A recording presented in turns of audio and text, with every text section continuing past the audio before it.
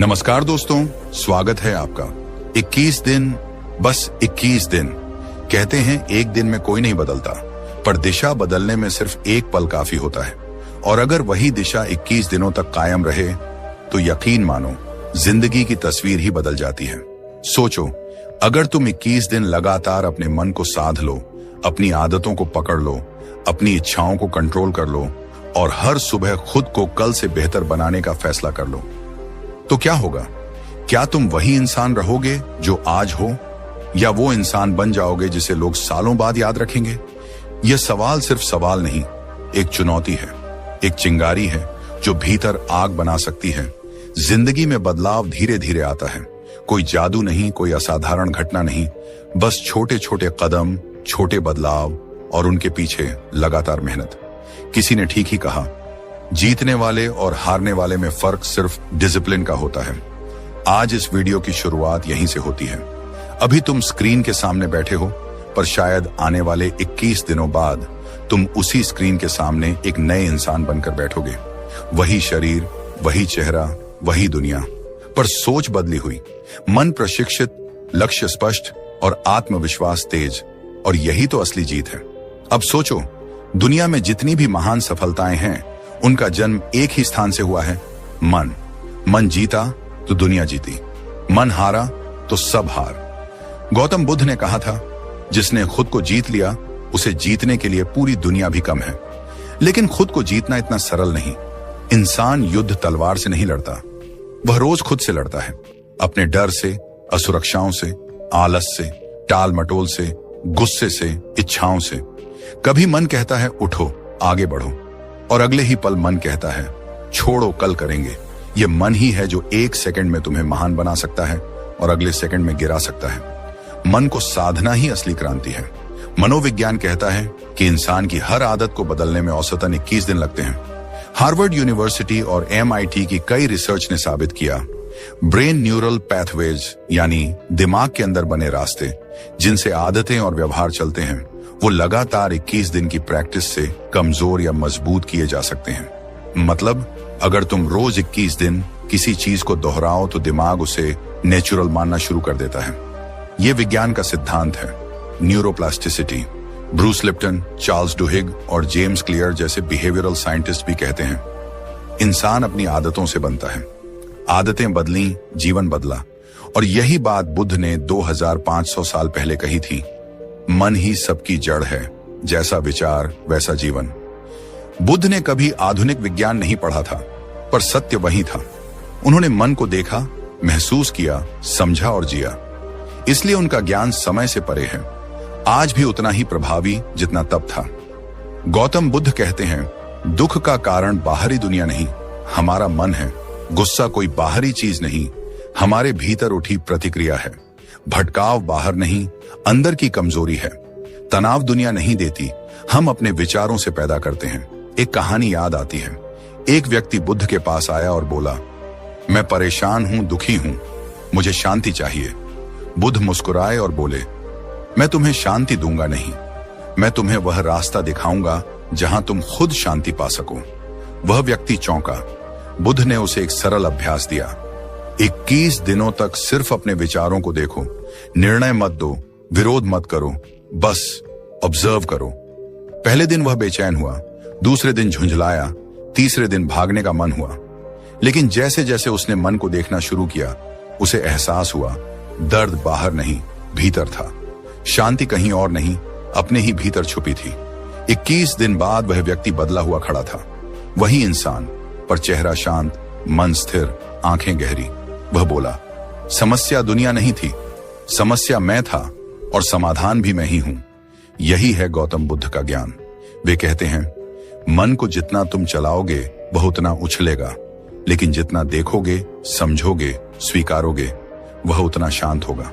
आज तुम भी वही सफर शुरू करने जा रहे हो। इस वीडियो की शुरुआत एक वादा है, खुद से वादा। तुम और मैं साथ रहेंगे इन 21 दिनों में। तुम हर दिन सीखोगे, हर दिन बदलोगे, हर दिन एक नया कदम आगे बढ़ाओगे। और अगर तुम टिका रहे तो कोई तुम्हें टाल नहीं पाएगा। तुम दौड़ में नहीं, खुद से आगे निकलोगे। और जो खुद से आगे निकल गया, उसके आगे दुनिया स्वतः पीछे रह जाती है। सोचो कितने लोग महान बनने का सपना देखते हैं, पर बहुत कम लोग उस सपने के लिए सैक्रिफाइस करते हैं। सब कहते हैं मैं बदलना चाहता हूं, पर वही मोबाइल, वही आदतें, वही टाल मटोल। कोई भी बड़ी जीत आसानी से नहीं मिलती। विज्ञान कहता है डोपामीन एडिक्शन लगातार दिमाग को कमजोर करती है। इंस्टाग्राम, रील्स, नोटिफिकेशंस, ये सब आपके रिवॉर्ड सिस्टम को इंस्टेंट प्लेजर देता है, जिसके कारण दिमाग हार्ड वर्क को पेनफुल मानने लगता है। फिर आलस बढ़ता है, फोकस घटता है, ड्रीम्स धुंधले हो जाते हैं।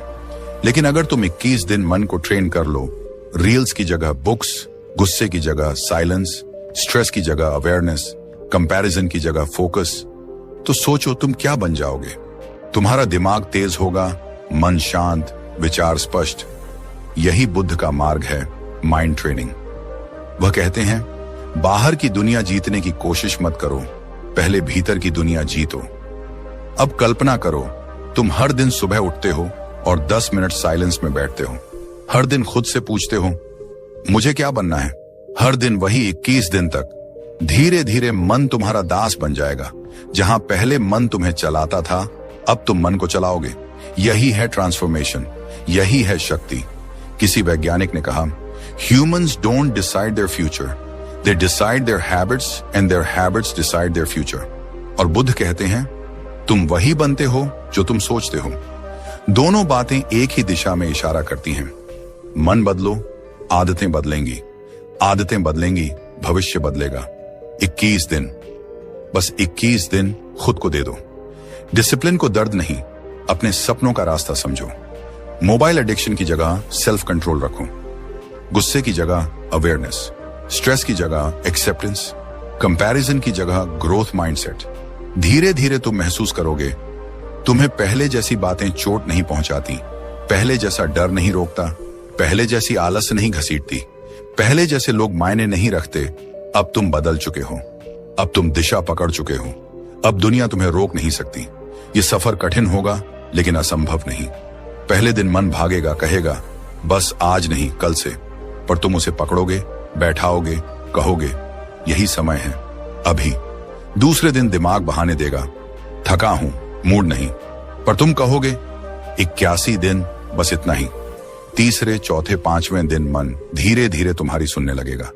छठे दिन तुम हल्का महसूस करोगे, 7वें दिन फोकस बढ़ेगा, 10वें दिन आदतें बदलने लगेंगी, 15वें दिन आत्मविश्वास आएगा और 21वें दिन तुम खुद को पहचान नहीं पाओगे। लोग कहेंगे तुम में कुछ बदल गया है, पर तुम जानोगे सब अंदर बदला है। बुद्ध का मार्ग आसान नहीं पर स्पष्ट है। वे समाधान नहीं देते, रास्ता देते हैं। वे कहते हैं ध्यान में बैठो, मन को देखो, विचारों को बहने दो, उन्हें पकड़ो मत। लाइफ इज सफरिंग, यह कहकर वे डराते नहीं, सिखाते हैं कि दुख बाहर से नहीं, हमारी प्रतिक्रिया से पैदा होता है। अगर हम 21 दिन अपनी प्रतिक्रिया बदल दें, सोच बदल दें, तो जीवन खुद बदल जाता है। आज तुम इस वीडियो को देख रहे हो, यह संयोग नहीं, संकेत है। शायद ब्रह्मांड कह रहा है उठो, बदलो, खुद को जीत लो। अभी नहीं तो कब? कल, अगले महीने, अगले साल? नहीं, यही वक्त सही है। तुम्हें बस 21 दिन चाहिए और हर दिन खुद से एक छोटा वादा। मैं हारूंगा नहीं, मैं टालूंगा नहीं, मैं आज बेहतर बनूंगा। और कल और बेहतर धीरे धीरे दुनिया देखेगी कि तुम पीछे नहीं, आगे निकल रहे हो, शोर से दूर, भीड़ से अलग, अपनी मंजिल की ओर। और ये सिर्फ शुरुआत थी। आगे के हिस्से में हम 21 दिनों की गहराई में उतरेंगे। कैसे मन को साधना है, कैसे विचारों को कंट्रोल करना है, कैसे आदत बदलनी है, कैसे बुद्ध की सीख को रोजमर्रा की जिंदगी में उतारना है। अगर आप तैयार हैं, और अब शुरू होती है वास्तविक साधना। अब शुरू होता है 21 दिनों का वह सफर जो एक सामान्य इंसान को असाधारण बना सकता है। कोई लक्ष्य बड़ा नहीं होता, बस पहला कदम छोटा होता है। यही पहला कदम है, डे 1। ये यात्रा आसान नहीं पर खूबसूरत है। पहले दिन तुम्हारा काम सिर्फ इतना है कि अपने विचारों को देखना शुरू करो। हर वह विचार पकड़ो जो तुम्हें नीचे खींचता है। मैं नहीं कर सकता, मेरे बस का नहीं, लोग क्या कहेंगे, कितना मुश्किल है, मेरा भाग्य खराब है। आज सिर्फ ऑब्जर्व करना है, रोकना नहीं, लड़ना नहीं, बस देखना है। मनोविज्ञान कहता है कि हम हर दिन करीब 60 से 70 हजार विचार सोचते हैं और उनमें से 80% विचार नकारात्मक होते हैं। यह आंकड़ा डरावना नहीं, सूचना है, क्योंकि अगर इन विचारों को देखा जाए, पहचाना जाए, तो उन्हें बदला जा सकता है। कॉग्निटिव बिहेवियरल थेरेपी यानी CBT बताती है कि जब इंसान अपने विचारों को ऑब्जर्व करना शुरू कर देता है तो वह अपने माइंड पैटर्न्स को समझने लगता है और धीरे धीरे नकारात्मक विचारों की पकड़ ढीली होने लगती है। बुद्ध ने भी कहा था, विचारों को आने दो, जाने दो, लेकिन उन्हें पकड़कर अपना मत बनाओ। पहले दिन यही साधना है। बस देखो, सोचो, मन किस दिशा में भागता है, क्या सोचकर दुखी होता है, किस बात से डरता है, क्या अपेक्षा रखता है। तुम देखोगे मन कभी भविष्य में भागेगा, कभी अतीत में, पर वर्तमान में नहीं रहेगा। और यही कारण है दुख का। बुद्ध ने सिखाया, वर्तमान क्षण में जियो, क्योंकि अतीत बोझ है और भविष्य कल्पना। डे 1 का मकसद है मन की गंदगी को पहचानना। डिटॉक्स कोई दवाई नहीं, अवेयरनेस है। बस आज एक दिन पूरे होश में जीकर देखो, खुद को देखते हुए, जैसे एक दर्शक फिल्म देखता है। तुम अपने विचारों की फिल्म देखो। इतना ही काफी है पहले दिन के लिए। और फिर आता है डे 2, जहां खेल असली बनता है, मोबाइल और डोपामिन पर नियंत्रण। आज की दुनिया में सबसे बड़ा शत्रु दुश्मन नहीं, एक छोटी स्क्रीन है। रील्स, शॉर्ट्स, नोटिफिकेशंस, ये सब तात्कालिक सुख देते हैं, पर लंबे समय में दिमाग को कमजोर करते हैं। डोपामाइन हाईजैक, यह शब्द आधुनिक विज्ञान ने दिया, पर बुद्ध ने 2000 साल पहले इसी बात को इच्छा और लोभ के रूप में समझाया था। स्टैनफोर्ड यूनिवर्सिटी की रिसर्च कहती है कि सोशल मीडिया लगातार इंस्टेंट रिवॉर्ड देता है, जिससे दिमाग हार्ड वर्क को पेनफुल समझने लगता है और इजी एंटरटेनमेंट की तरफ भागता है।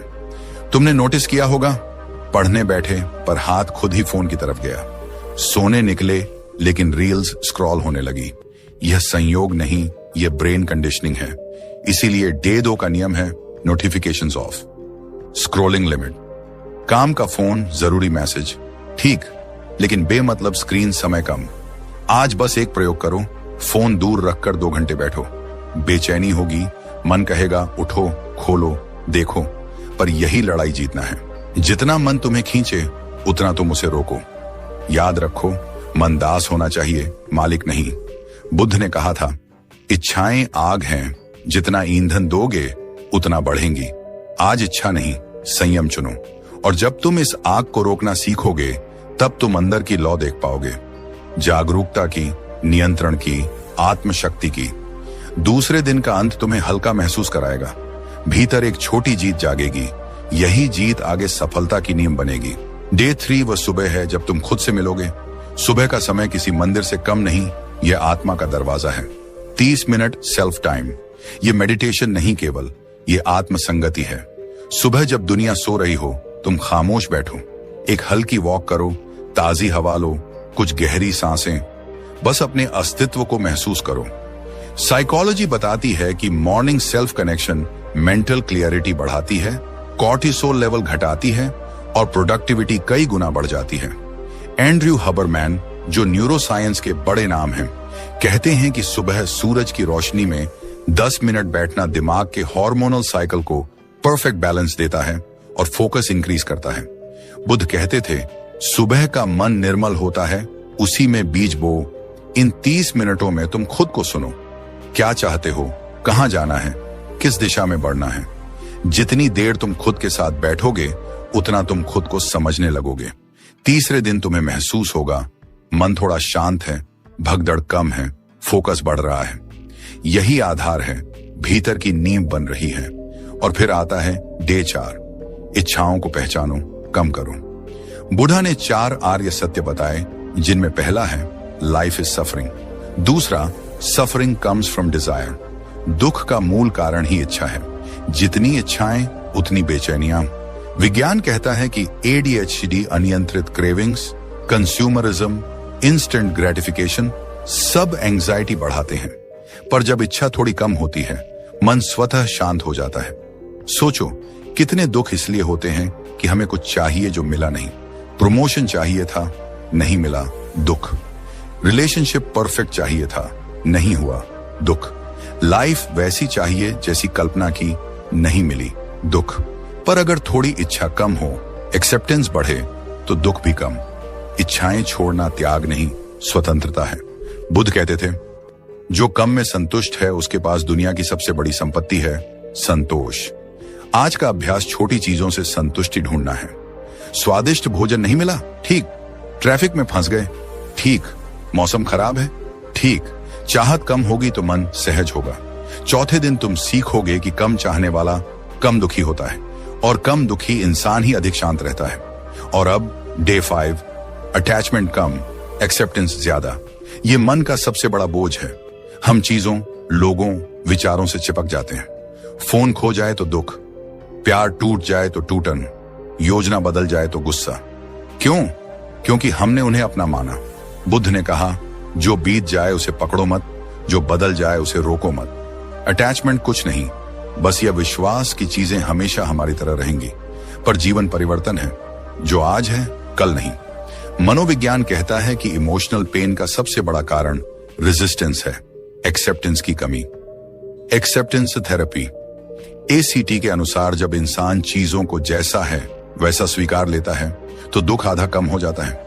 रिश्ते टिकते हैं तब जब अपेक्षा कम और समझ ज्यादा हो। जीवन सरल होता है तब जब नियंत्रण कम और स्वीकृति अधिक हो। आज का अभ्यास यही है, परिस्थितियों को जैसे हैं वैसे स्वीकार करना। लोग नहीं बदले, फिर भी मुस्कुराओ। हालात कठिन हैं, फिर भी आगे बढ़ो। जो गया उसे जाने दो, जो है उसे गले लगाओ। याद रखना, जो चीज जितनी कसकर पकड़ोगे उतनी ही फिसलेगी, पर जब तुम खुली हथेली से पकड़ोगे, प्रेम, रिश्ते, सपने, तब वे स्वाभाविक रूप से बने रहते हैं। बुद्ध ने कहा था, त्याग का मतलब छोड़ना नहीं, पकड़ को ढीला करना है। इन 5 दिनों में तुम बदलना शुरू करोगे। पहले दिन विचार साफ होने लगे, दूसरे दिन ध्यान भटकाना कम हुआ, तीसरे दिन आत्मसंगति स्थापित हुई, चौथे दिन इच्छाएं शांत होने लगी और 5वें दिन हृदय हल्का होने लगेगा। ये वह जगह है जहां मन धीरे धीरे तुम्हारी सुन रहा है और तुम खुद को जीतने के करीब हो। और फिर यात्रा का 6ठा दिन आता है। यह दिन बाहरी नहीं, पूरी तरह भीतर की आवाज को सुनने का है। स्पीच डिसिप्लिन, कम बोलना, अधिक सुनना, यही एक साधना है जो हर महान व्यक्ति में गोंगटोंग मिलती है। दुनिया में अधिकांश लोग बोलते समय सिर्फ जवाब देने के लिए सुनते हैं, समझने के लिए नहीं। लेकिन बुद्ध ने कहा था, जब तुम बोलते हो तो तुम सिर्फ वही दोहराते हो जो जानते हो। जब तुम सुनते हो तब तुम कुछ नया सीखते हो। शब्द शक्तिशाली है, पर मौन उससे कई गुना शक्तिशाली। मनोविज्ञान की एक प्रसिद्ध थ्योरी, सोशल रिस्पॉन्स थ्योरी, बताती है कि अधिक बोलना अक्सर ईगो ड्रिवन होता है और कम बोलना ऑब्जर्वेशन ड्रिवन। कम बोला गया शब्द मन में उतरते हैं और सही जगह पर बोले गए शब्द जीवन बदल देते हैं। 6ठे दिन तुम बोलने को नहीं, सुनने को चुनोगे। लोगों की बातें, उनका व्यवहार, परिस्थिति के संकेत तुम गौर करोगे, शोर कम करोगे, समाधान देखने लगोगे। जो लोग कम बोलते हैं उनका प्रभाव अधिक होता है। यह अभ्यास तुम्हें अंतर्मुखी नहीं, विवेकपूर्ण बनाएगा। जब तुम प्रतिक्रिया कम दोगे, जवाब सोच समझ कर दोगे, तब तुम अपनी ऊर्जा बिखरने नहीं दोगे। धीरे धीरे मन स्थिर होगा, भीतर की शक्ति बाहर आने लगेगी। यही वह दिन है जहां अहंकार पिघलना शुरू होता है और समझ विकसित होने लगती है।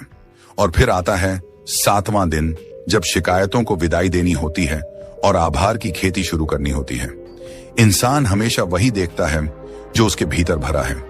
यदि भीतर असंतोष है तो दुनिया अपूर्ण लगेगी, यदि भीतर शुक्र है तो हर पल कृपा लगेगी। ग्रैटिट्यूड, मनोविज्ञान इसे सबसे शक्तिशाली इमोशन बूस्टिंग टूल कहता है।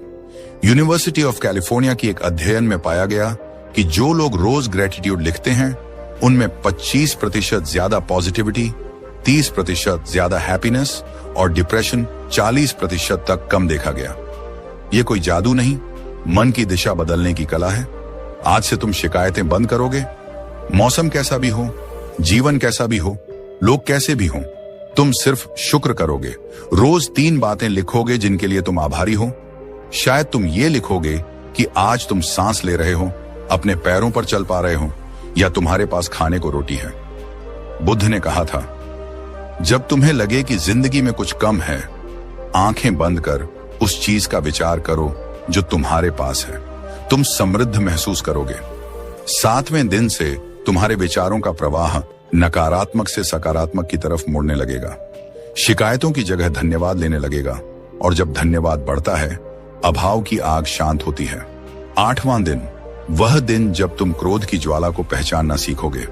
गुस्सा कोई दुश्मन नहीं, अनियंत्रित ऊर्जा है। चेतना के बिना यह आग जलाती है, जागरूकता में यह प्रकाश बनती है। आज तुम्हें बस एक काम करना है। गुस्सा आए तो 10 सेकंड रुकना है, प्रतिक्रिया नहीं, अवलोकन करना है, एक गहरी सांस, बस इतना ही। न्यूरोसाइंस बताता है कि गुस्सा आने पर अमिग्डाला सक्रिय होती है और लॉजिकल ब्रेन थम जाता है, लेकिन मात्र 6 से 10 सेकंड का विराम नियोकॉर्टेक्स को सक्रिय कर देता है और इंसान सोचकर प्रतिक्रिया देता है। उसी समय निर्णय जीवन बदलते हैं। बुद्ध ने कहा, क्रोध को मत पकड़ो, यह हाथ में अंगार रखने जैसा है, पहले तुम्हें जलाएगा फिर किसी और को। एक वास्तविक कहानी तुम्हें समझाएगी। एक व्यक्ति ऑफिस में डांट के कारण घर आया, गुस्से में बीवी से लड़ पड़ा, फिर बच्चे पर चिल्लाया, बच्चा दुखी होकर सो गया। गुस्सा खत्म हुआ पर रिश्ते जल गए। जो विराम उसने नहीं लिया वही जीवन बदल सकता था। आज तुम वह विराम लोगे। जब गुस्सा आए उस ऊर्जा को महसूस करना, जैसे दिल तेज धड़क रहा हो, सांसें भारी हों, शरीर गर्म हो रहा हो। सब देखना पर बहना नहीं। धीरे धीरे तुम सीखोगे कि भावनाएं तुम्हारी दास हैं, तुम उनके दास नहीं। 8वां दिन तुम्हें भीतर से मजबूत करता है, क्योंकि असली वीर वह नहीं जो युद्ध जीते, बल्कि वह जो स्वयं पर विजय पाए। 9वां दिन, काम खामोशी से। आज के समय में अधिकांश लोग अचीवमेंट से ज्यादा अनाउंसमेंट में लगे हैं। सोशल मीडिया ने हमें दिखने का भूखा बना दिया है, बनने का नहीं। लेकिन सफलता की असली खुशबू तब फूटती है जब बीज जमीन के भीतर उगता है। शोर तब होता है जब वो पेड़ बनता है। बुद्ध ने सिखाया, सत्य मौन में जन्मता है।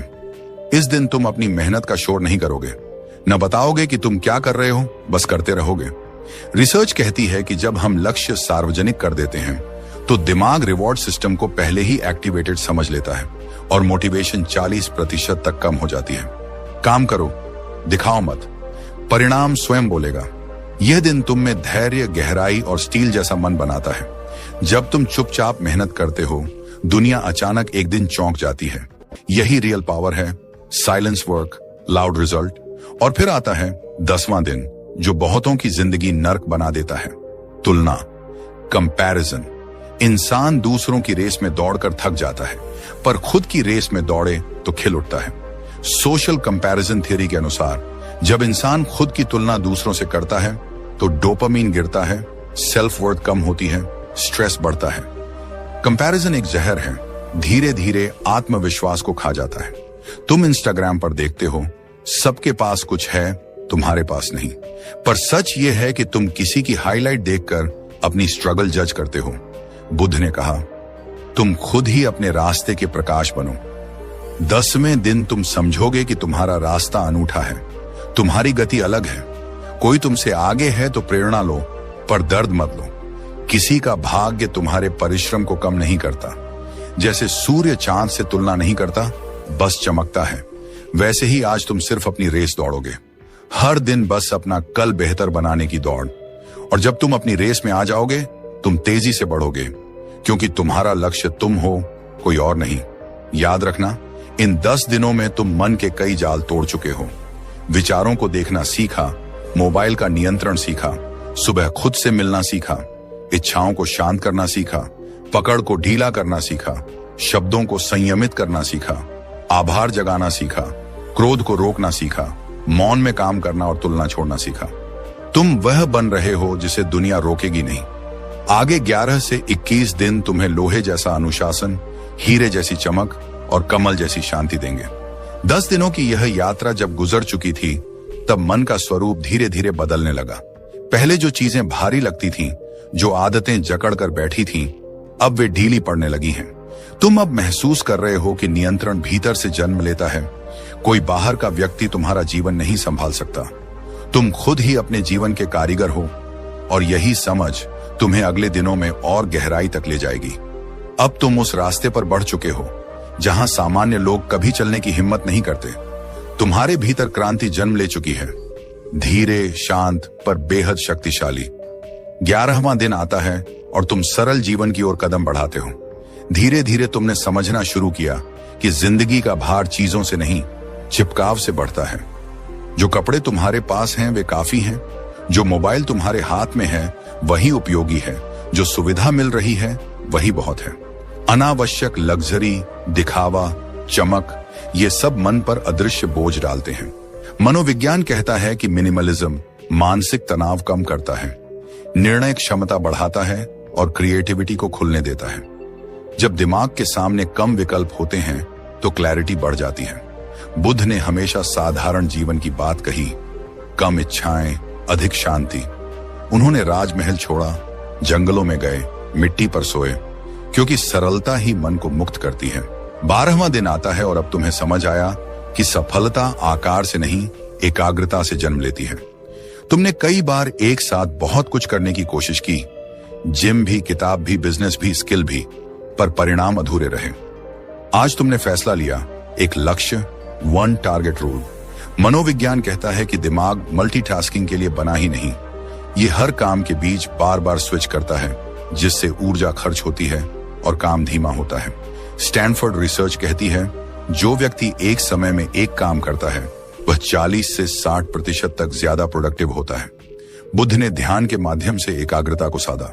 वह कहते थे, अपने मन को एक बिंदु पर रखो, बिखराव दुख है, एकाग्रता मुक्ति। जब तुमने आज सिर्फ एक लक्ष्य चुना, तभी तुमने जीतने का रास्ता चुना। अब कदम छोटे हो तो हों, पर दिशा स्पष्ट है। एक रास्ता, एक लक्ष्य, एक ऊर्जा। 13वां दिन आता है, तुम्हारे भीतर जागरूकता की रोशनी फैलती है। Present moment awareness. तुम अब एक साथ 5 काम करते हुए नहीं दिखते। जब खाना खा रहे हो तो सिर्फ खाना, जब पढ़ रहे हो तो सिर्फ पढ़ना, जब चल रहे हो तो सिर्फ चलना। पहले मन वर्तमान में नहीं रहता था, या तो अतीत में फंसा रहता था या भविष्य की चिंता में, पर आज तुम हर काम में उपस्थित हो। मनोविज्ञान कहता है कि वर्तमान में जीने वाले लोगों का तनाव कम होता है, स्मरण शक्ति बेहतर होती है और अंदर आनंद खुद उभरता है।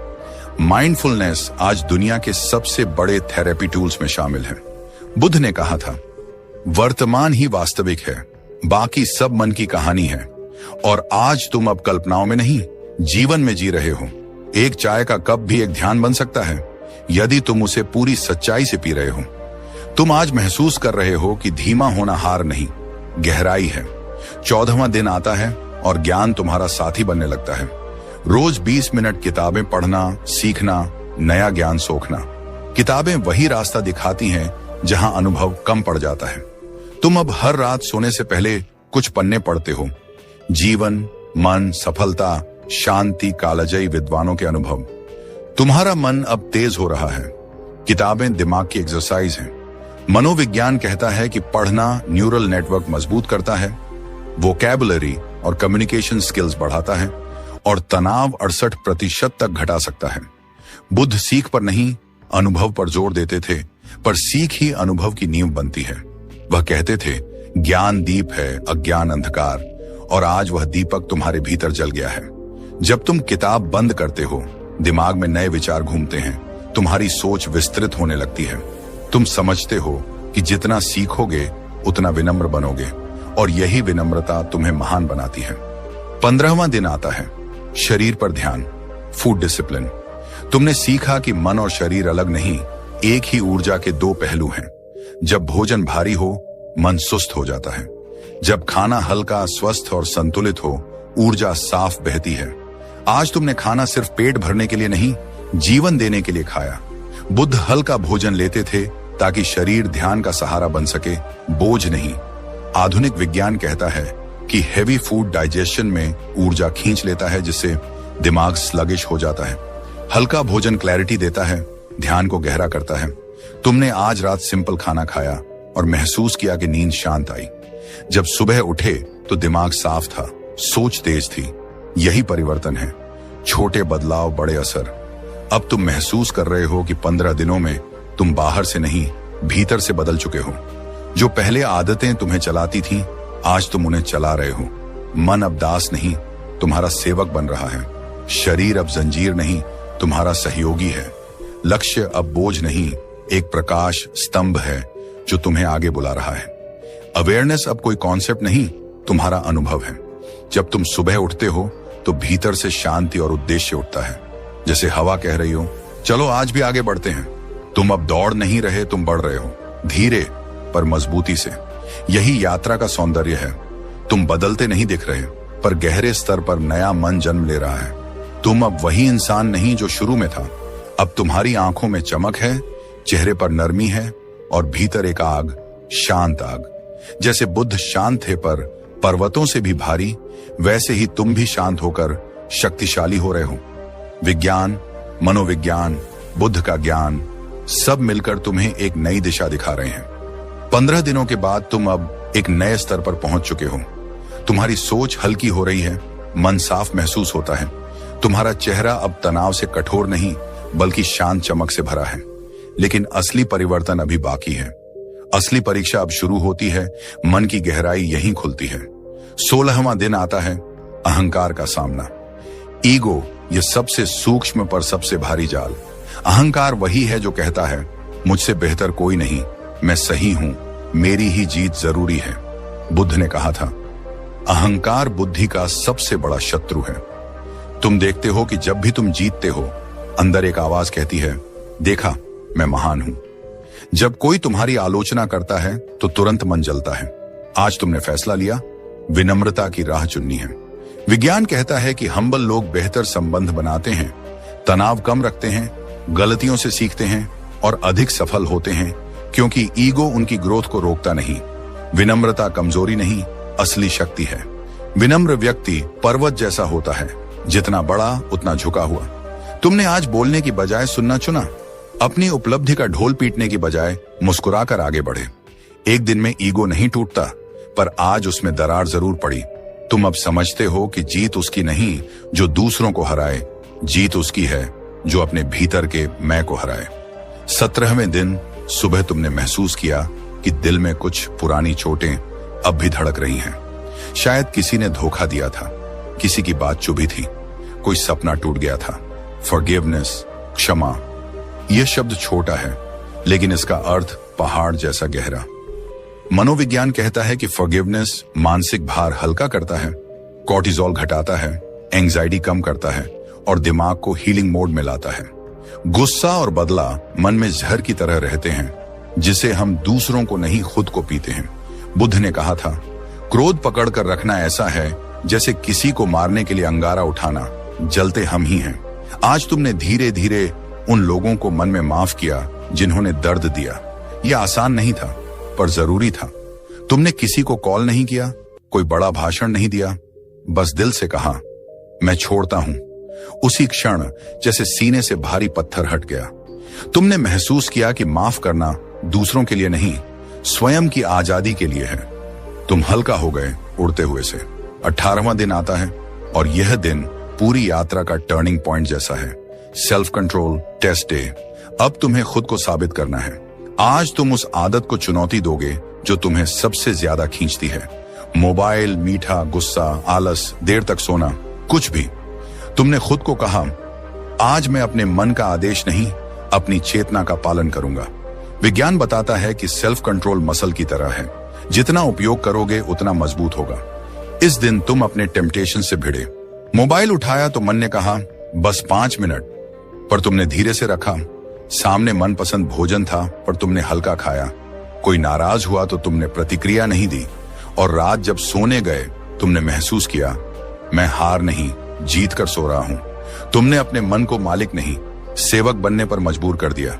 यह दिन ट्रांसफॉर्मेशन का प्रमाण है। तुम टूटे नहीं, तुम बने। 19वां दिन आता है और अब तुम दूसरों के लिए रोशनी बनने की ओर बढ़ते हो। यही रियल पावर है। Silence work, loud result. और फिर आता है द काइंडनेस एक्ट डेली। रोज किसी की मदद करना, चाहे मुस्कान दे देना, रास्ता बताना, किसी गरीब को पानी देना या बस किसी दुखी को सुन लेना। मनोविज्ञान कहता है कि दया डोपामिन, ऑक्सीटोसिन और सेरोटोनिन बढ़ाती है, जिससे मूड बेहतर होता है और लाइफ सेटिस्फैक्शन बढ़ती है। जब तुम किसी की मदद करते हो बिना स्वार्थ, दुनिया बदलती है थोड़ा थोड़ा। बुद्ध ने करुणा को जीवन की ऊंचाई कहा। दया आत्मा की भाषा है। तुमने आज देखा कि सड़क किनारे एक बूढ़ा धीमे धीमे चल रहा था। तुमने उसे सहारा दिया।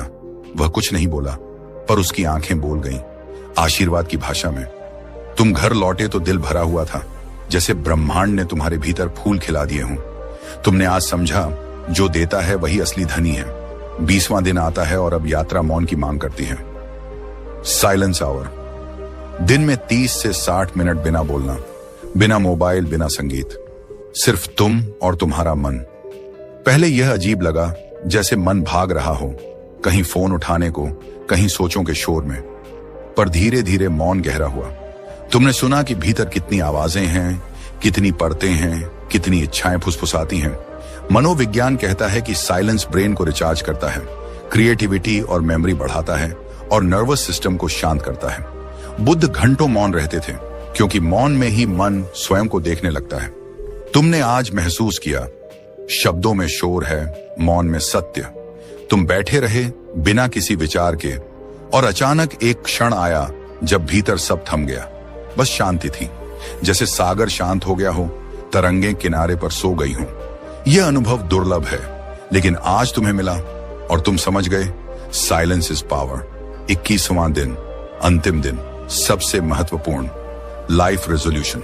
आज कोई बड़ा निर्णय लेना है, ऐसा निर्णय जो आगे की दिशा तय करेगा। यह लक्ष्य, यह आदत, यह बदलाव, कुछ ऐसा जो अब तुम्हारी पहचान बने। तुमने 20 दिन मन, शरीर, अहंकार, भावनाएं, विचार सभी पर काम किया। अब समय है घोषणा का, मैं नया हूं। बुद्ध ने सत्य प्राप्ति के बाद कोई चमत्कार नहीं दिखाया, उन्होंने रास्ता दिखाया, संकल्प दिया। तुम भी आज यही कर रहे हो। तुमने तय किया कि अब सेल्फ डिसिप्लिन जीवन का हिस्सा होगा। अब लक्ष्य स्पष्ट रहेंगे। अब मन का स्वामी तुम होंगे, गुलाम नहीं।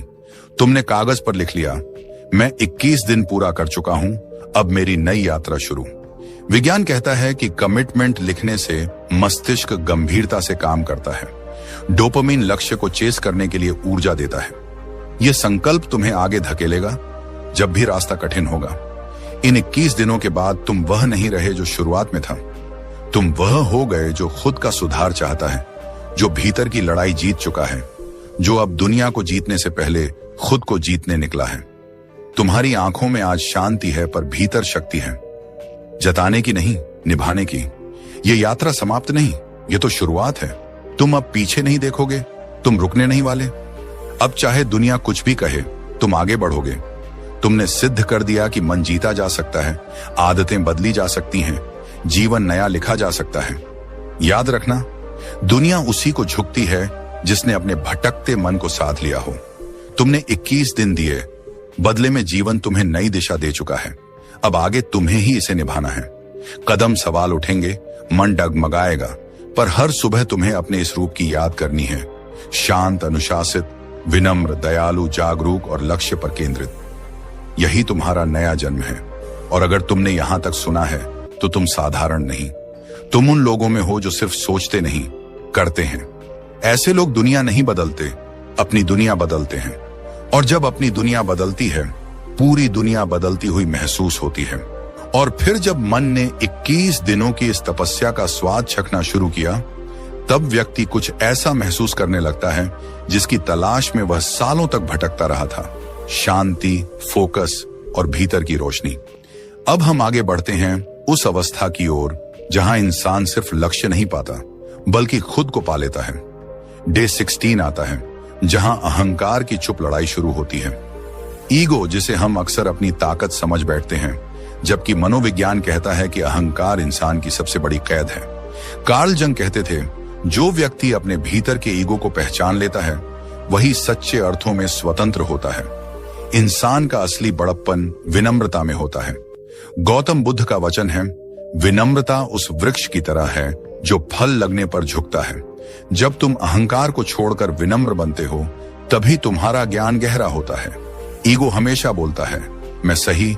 बुद्ध कहता है, समझो, देखो, महसूस करो, फिर निर्णय लो।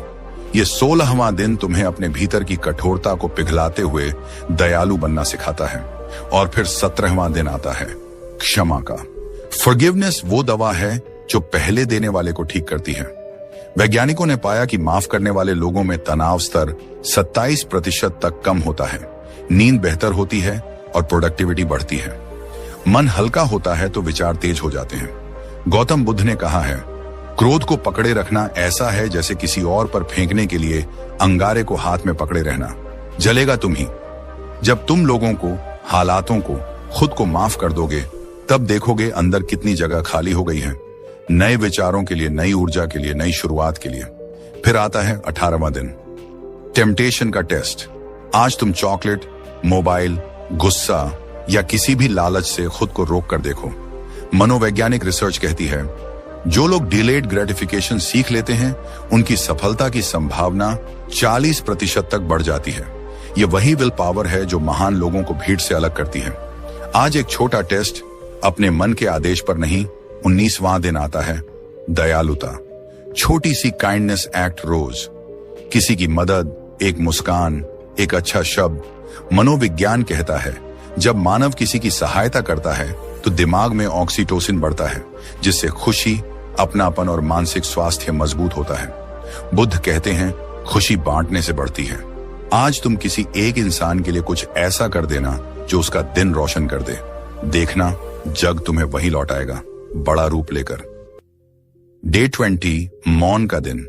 30 से 60 मिनट चुप, साइलेंस मन की जिम है। अध्ययनों में पाया गया कि नियमित मौन का अभ्यास करने वालों का ब्रेन ग्रे मैटर बढ़ता है, क्रिएटिविटी और फोकस तेज होता है। बुद्ध ने अपने शिष्यों को सिखाया, मौन मन को घिसता नहीं, निखारता है। आज कुछ देर सिर्फ तुम्हारी सांस और तुम्हारा अस्तित्व। कोई मोबाइल नहीं, कोई बात नहीं, सिर्फ तुम्हारा अंदर से मिलने का समय।